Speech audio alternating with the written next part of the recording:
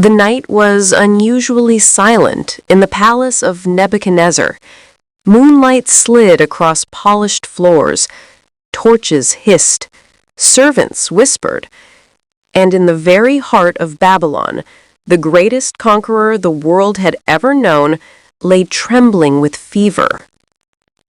Alexander III of Macedon, the King of Kings, the man who never lost a single battle, had finally met the one enemy he could not defeat: death.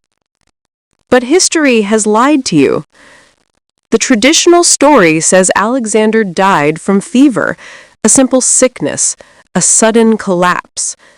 But the truth is darker, more mysterious, more political, and far more tragic. This is the story of Alexander's final days, the conspiracies that surrounded him, the power struggles waiting like vultures, and the death that shook an empire.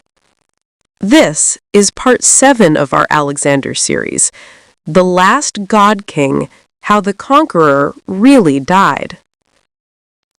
For more than 10 years, Alexander had marched across continents, from Greece to Egypt, through Persia, across Afghanistan, and into India. He fought enemies, storms, rebellions, and treachery. He built cities, united cultures, married queens, and carried the dream of a single world empire.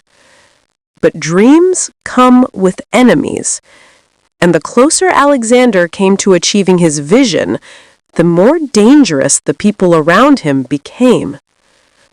When he returned to Babylon in 323 BCE, the city felt strange, a place filled with omens, a place where priests warned him not to enter, a place where fate was waiting. Over the next 12 days, Alexander's body would break, his generals would panic, and the world would prepare for chaos. Today, we uncover the truth behind those 12 days, the events inside that palace room, the whispered plans, the people who wanted him alive, and the people who wanted him gone. This is the end of the world's greatest conqueror, and the beginning of a war that would tear his empire apart. After years of relentless campaigning, Alexander marched west from India toward Babylon. His body was tired, his mind heavy, but his ambition still burned. Babylon was to be the heart of his world empire, a capital that connected east and west. Yet the city did not welcome him peacefully. As Alexander approached the gates, a group of Babylonian priests blocked his path. They warned, "Great king, do not enter. Omens foretell danger." An eclipse had recently darkened the sky. Strange birds had gathered on the palace roof. A lion had escaped from a royal cage, and astrologers predicted that a mighty king would die. Alexander dismissed the warnings. He had survived arrows, betrayals, and endless battles. What could omens do to a man like him? He entered Babylon anyway. The city roared with celebration, but inside the palace, the atmosphere felt different, heavy, tense, watchful. Alexander held grand meetings. He planned new conquests. He ordered new fleets. He dreamed of Arabia and beyond. But beneath the celebration, cracks were forming. His generals whispered in corners. Officials fought for influence. Some feared the king had become too unpredictable, too divine, too impossible to control. And somewhere in the corridors of Babylon, a conspiracy began. The greatest empire ever built was about to lose the man who held it together. On May 29, 323 BCE, Alexander attended a banquet at the house of Medius, one of his closest companions. The night was humid and glittering with torches.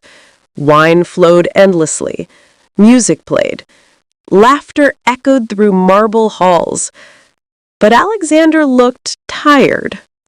He had marched for years, been wounded multiple times, fought in more battles than any man alive. Still, he tried to appear strong. As the night wore on, Medius raised a pep. "For the king of the world!" Alexander smiled and took a sip. But then, a sharp pain stabbed through his abdominal. He gripped his stomach, his face twisted. The room fell silent. Something was wrong. Some ancient sources say it was poison. It was a deadly wine from Antipater. It came from a cup handed by a rival. It acted slowly, burning him from the inside. Other historians believe it may have been malaria or typhoid or a bacterial infection from old wounds. But the timing was suspicious. He had no fever earlier that day, no wounds, no symptoms.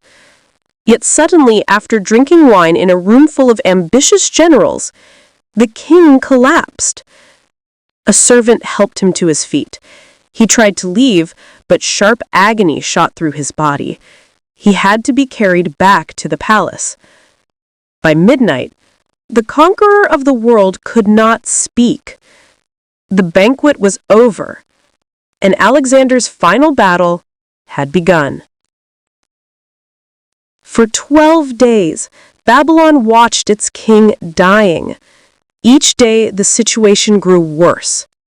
Day 1 to 2, fever and pain. Alexander woke with a violent fever. His body trembled. He struggled to rise from bed. His generals visited him, Ptolemy, Seleucus, Nearches, Perdiccas, trying to hide their fear. Doctors applied poultices, massaged his limbs, whispered prayers. Nothing helped. Day 3 to 5. Weakness. Alexander could no longer walk. His voice grew thin. He could barely swallow water. He pointed to maps as if still giving orders, but no one could understand him. Outside the palace, rumors spread. The king is dying. Crowds gathered at the gates. Mothers prayed. Soldiers wept. Day 6 to 7. Silence from the throne. Alexander's fever worsened. He could not stand. His pulse weakened. Inside the palace, generals began whispering, "What if he dies? Who will rule? What will happen to the empire?" His unborn child with Roxana was not yet born. His only other son, Heracles, was illegitimate. There was no clear heir. Days 8 to 9. Paralysis. Alexander could no longer speak. Only his eyes moved. His body burned with fever. He struggled to breathe. Yet he heard everything. The generals arguing, Roxana crying, doctors panicking. Day 10 to 11. Soldiers pass before him. The Macedonian army demanded to see their king. The generals reluctantly allowed it. One by one, thousands of soldiers filed past him. Many broke down crying. Some kissed his hand. Others whispered prayers. Alexander could not speak, but he lifted his hand weakly, acknowledging them with fading strength. This was the last time his army saw him alive. Day 12. The last words.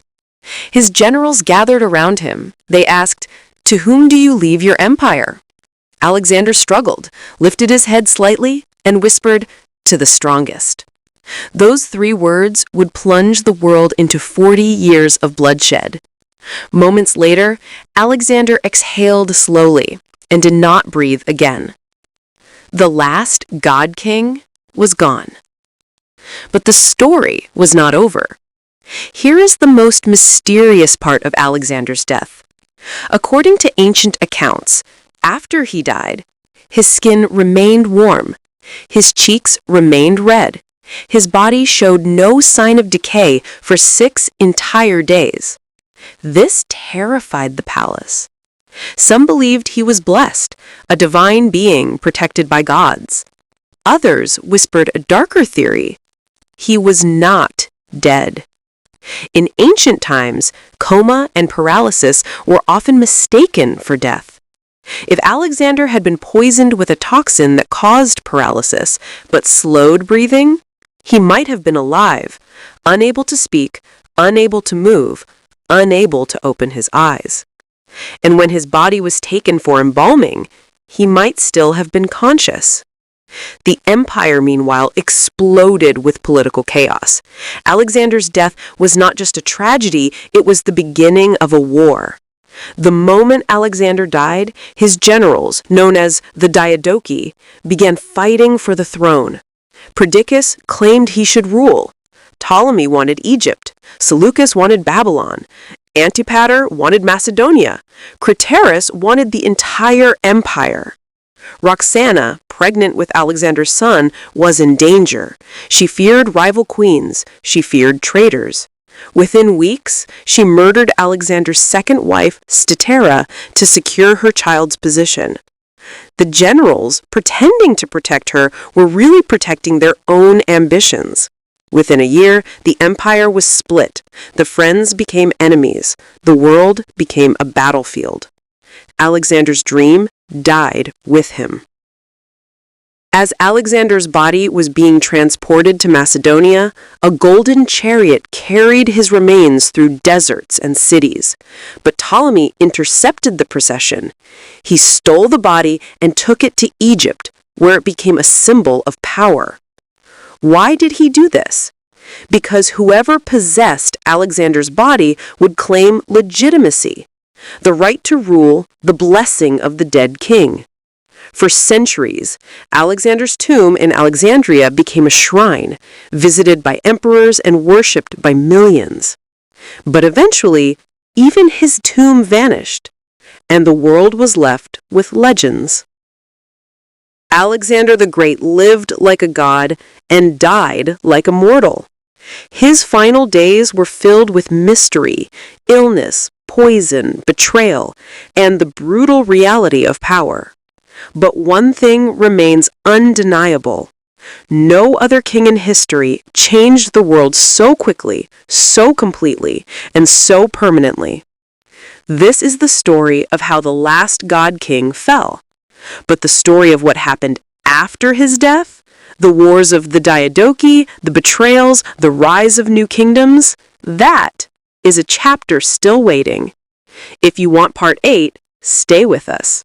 Like, comment, subscribe to Hidden US Master Key.